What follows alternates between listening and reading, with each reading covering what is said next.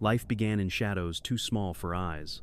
For billions of years, Earth's oceans were dominated by bacteria and single cells, creatures that fed, divided, and drifted without any need to see.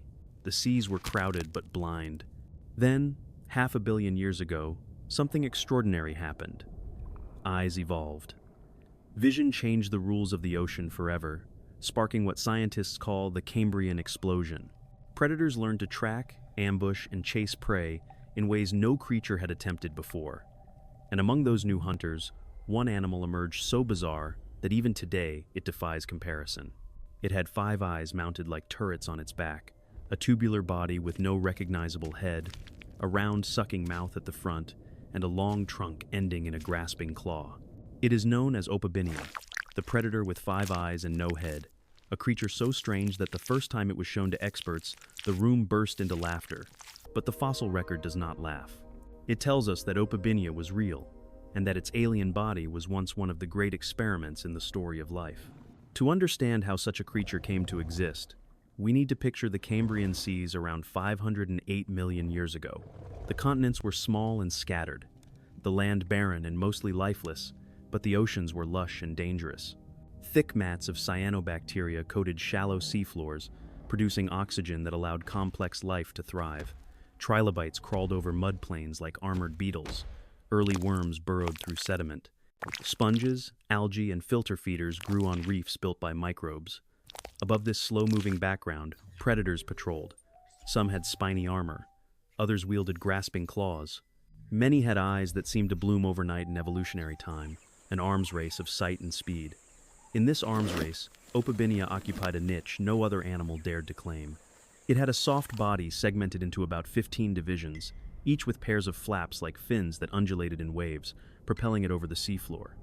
A fan-like tail stabilized its movement. And above its body, 5 stalked eyes pointed in different directions, scanning like sentinels.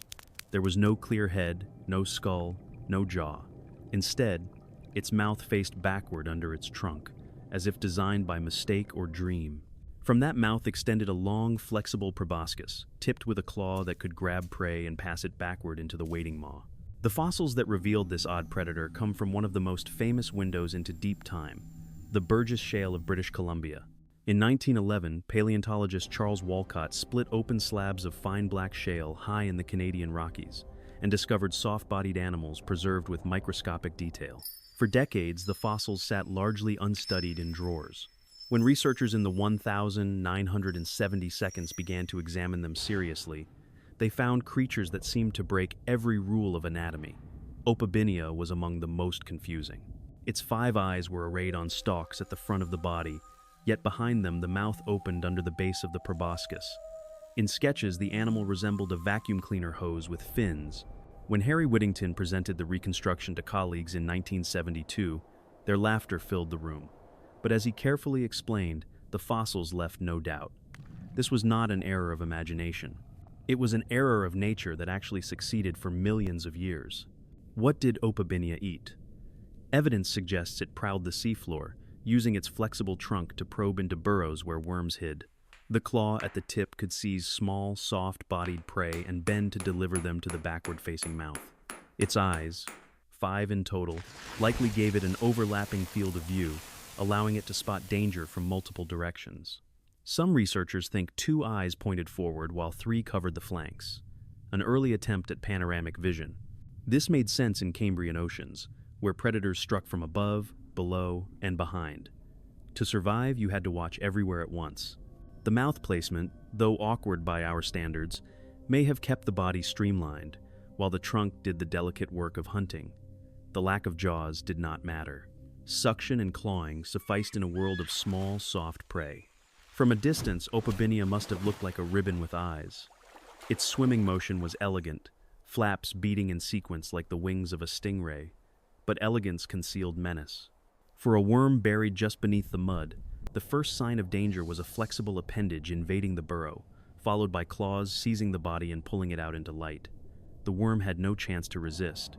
In a sea with little large prey, small victories defined survival. Opabinia specialized in those victories. The significance of Opabinia is greater than its odd body plan. It represents an early branch in the arthropod lineage, the group that today includes insects, spiders, and crustaceans. But unlike its modern relatives, Opabinia lacked hardened exoskeletons and jointed limbs. It shows us the experimental phase of evolution, when body designs were fluid and new combinations were tested. Some of those experiments survived, like the ancestors of trilobites and crustaceans. Others, like Opabinia, eventually vanished. But the record of their existence expands our imagination of what life can be. Part of the mystery is why Opabinia disappeared. It lived for several million years during the Middle Cambrian but left no direct descendants. By the later Cambrian, larger and more efficient predators like Anomalocaris dominated the seas. Anomalocaris, with its meter-long body, powerful swimming lobes, and grasping arms, may have simply outcompeted smaller hunters. Trilobites also became tougher, developing thicker armor. For a soft-bodied predator with delicate claws, opportunities dwindled. Evolution, relentless in its experiments, closed the chapter. Still, Opabinia left clues about how vision shaped survival. The sudden appearance of multiple eyes in Cambrian animals suggests that once sight evolved, it was favored heavily. In an environment where hiding and hunting were both improved by vision, natural selection rewarded creatures that could see more clearly or in more directions. Opabinia's 5 eyes were part of that escalation, a different solution to the same problem that would later lead to compound eyes in trilobites and insects. The experiment did not last, but the principle did. Today, dragonflies have thousands of eye facets, mantis shrimp can detect polarized light, and spiders turn their heads to track prey. The seed of all that was planted in the Cambrian, in animals like Opabinia. The Burgess Shale does more than record anatomy. It preserves context. Fossils of Opabinia are often found with impressions of trilobites, worms, and algae. This tells us the predator lived in complex communities, not as an isolated curiosity. Its environment was a slope of soft mud beneath an offshore reef, where sediment avalanches occasionally buried whole ecosystems in an instant, freezing them in time. That is why we see fine details of gills, eyes, and even soft appendages. Without such accidents, Opabinia's strange form might have vanished without trace. We would never know that evolution once dreamed of a 5-eyed ribbon predator. Modern science continues to revisit Opabinia. New imaging techniques scan fossils with lasers and synchrotron beams, revealing structures invisible to the naked eye. Researchers debate whether Opabinia is most closely related to radiodonts like Anomalocaris or to stem arthropods leading toward insects. Each new fossil nudges the debate. Recently, discoveries of similar animals, such as Kylynxia in China, suggest that Opabinia's odd features were not entirely unique, but part of a broader experiment in body plans. These finds remind us that what looks alien may in fact have been a pattern once common but later erased. It is easy to mock the first laughter in the lecture hall, but the lesson is humbling. Nature does not design for our sense of beauty or logic. It designs for survival in a given time and place.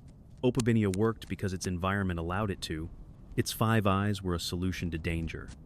Its proboscis was a solution to hidden prey. Its backward mouth was simply part of the machinery. When that environment shifted, the solutions failed and the lineage ended. But for millions of years, the nightmarish predator thrived, and that fact is enough to expand the boundaries of possibility. There is also symbolism in how we meet Opabinia today. We do not meet it in life, but in stone. Its body lies pressed flat, a shadow in shale. Scientists measure, photograph, and redraw it, reconstructing motion from static impressions. Out of silence, we rebuild sound. Out of stillness, we rebuild movement. That act is tribute. It acknowledges that history is full of forgotten forms, each of which carried the torch of survival for its moment. Our own existence is part of that chain, but not the only part. Every strange body plan, no matter how fleeting, left a mark.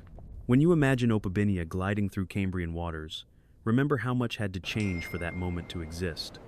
Single cells had to evolve cooperation, building tissues. Eyes had to evolve from simple light spots. Nervous systems had to coordinate flaps in sequence. Prey had to burrow, forcing predators to probe. Step by step, accident by accident, a 5-eyed trunk-bearing hunter took form. It is bizarre only when compared to what came later. In its own age, it was perfectly ordinary, one competitor among many in a sea of experiments. The laughter of paleontologists was not wrong. It was the laughter of recognition, of realizing that reality is stranger than imagination. But beneath that laughter came respect, the recognition that life does not need our permission to be odd. In the end, the predator with 5 eyes and no head teaches us humility. It tells us that our sense of what an animal should look like is narrow. It shows that survival can be achieved with designs we would never invent. And it reminds us that history is not a straight line of progress, but a garden of forking paths, many of which end abruptly, leaving fossils as the only testimony. For every dinosaur, there was once an Opabinia. For every mammal, there was once a Gorgonopsian. For every human, there were 100 species that almost but not quite walked the same road. Life is not neat. It is vast, strange, and full of surprises.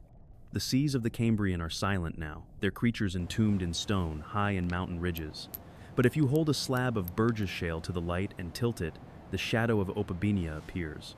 5 eyes stare across 500 million years. A trunk curls forward as if still seeking prey. It is not imagination, it is memory, written in rock. And in that memory lies the truth that Earth has always been a planet of monsters, many forgotten, some laughable, all real.